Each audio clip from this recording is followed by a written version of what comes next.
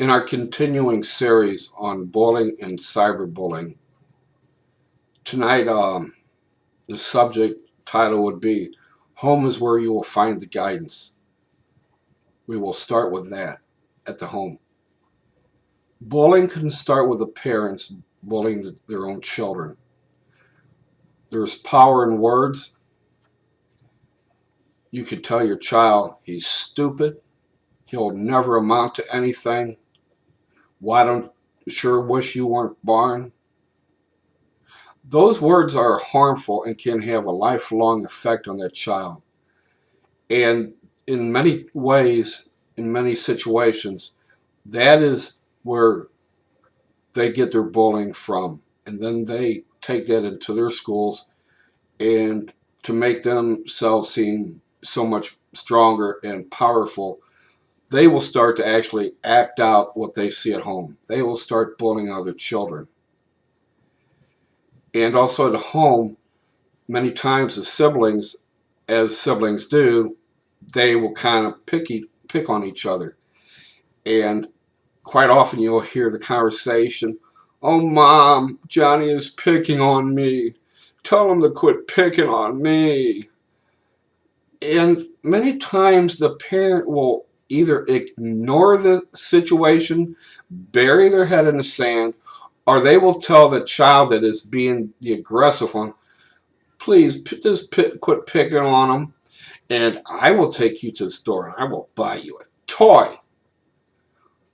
Parent, all you are doing is reinforcing bad behavior. That child will pick up on that. That child then will say, if I act out, then I'm going to get rewarded for it, and they will continue the abuse. Parents, you need to stop that. You need to take a stand on it. All you are doing is being an enabler. You have to set some point in your parenting, stop doing it and start being more proactive on tough love with your children. And then what we also need to do is to push our legislators into taking a more aggressive stand on this and quit being so lax. One of the things that I've been thinking about is greatly increasing the penalties for parents and children. Because yes, parents, you are involved. Many times, not all the times, many times you are aware of what your child is doing. Therefore, you should be part of the judicial system when it comes to punishment. And what I think would be a great thing is, let's start with fines. As each time you are standing in front of the judge, each time the dollar amount of those fines will increase. Maybe by hurting you in the pocketbook, maybe then, I can't make my house payment this month because I've had to pay fines for my little Johnny or my little Sarah. Maybe then you will start thinking a little bit harder on that. And to the bully, I believe as an adult, 3 strikes, you're out. After the third time, well, starting with the first time, I think maybe 1 night in juvenile detention would be good for you. The second time, 2 nights. The third time is 3 strikes and you are out. Maybe 2 weeks in detention will do you some good. Now, when you're bullying and you're constant pushing somebody, and you're getting great delight out of being that bully, and you know your bullying pushes that person over the edge, because you know what? Not everybody is strong-willed. You are seeking out those that are weak and fragile. And when you get that to the point where you push them over the edge and they take their own life, then in my opinion, and I am going to do what I can to see that some type of bill is passed where if the courts deem that you can be tried as an adult guess what? You should be tried for premeditated murder. I didn't stutter when I said that. I said premeditated murder. What you've been doing all along is it's a well thought plan.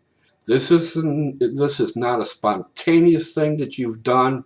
This has been in the workings for some time now.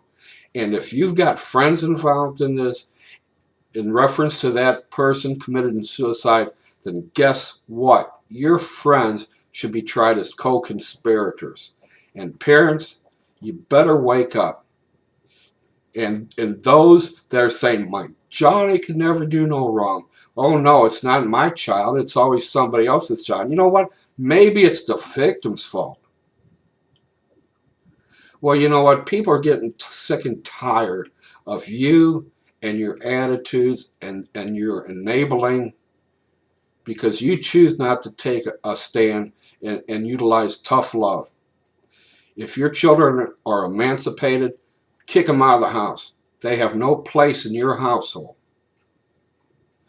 And you know what? To those that get tried for premeditated murder, I don't believe in execution. I'm not insinuating nor I'm implying that you should be executed. But I do believe that society would be better off if you would be confined to a penal institution the rest of the days of your life, and you do not see daylight. That's the way I feel. I can't speak for all the other parents out there that have lost children because of you. But I do believe in my heart that's an approach that seriously should be looked at. Goodbye, and we are reaching out and we are saving lives. So everyone have a wonderful evening.